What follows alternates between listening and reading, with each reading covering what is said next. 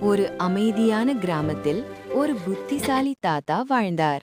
அவரை எல்லா குழந்தைகளும் ரொம்ப பிடிக்கும். அதே கிராமத்தில் ஒரு சிறுவன் இருந்தான். அவன் எதற்கும் சீக்கிரம் கோபப்படுவான். ஒரு நாள் விளையாடும்போது அவன் தோற்றுவிட்டான். உடனே கோபத்தில் விளையாட்டுப் பொருளை எறிந்தான். அதை பார்த்த தாத்தா அவனை மெதுவாக அழைத்தார். ஒரு கண்ணாடி தண்ணீர் கொடுத்து சொன்னார், கோபம் வந்தால் முதலில் இதைப்போல அமைதியாக இரு. சிறுவன் ஆழமாக மூச்சை இழுத்து தண்ணீர் குடித்தான்.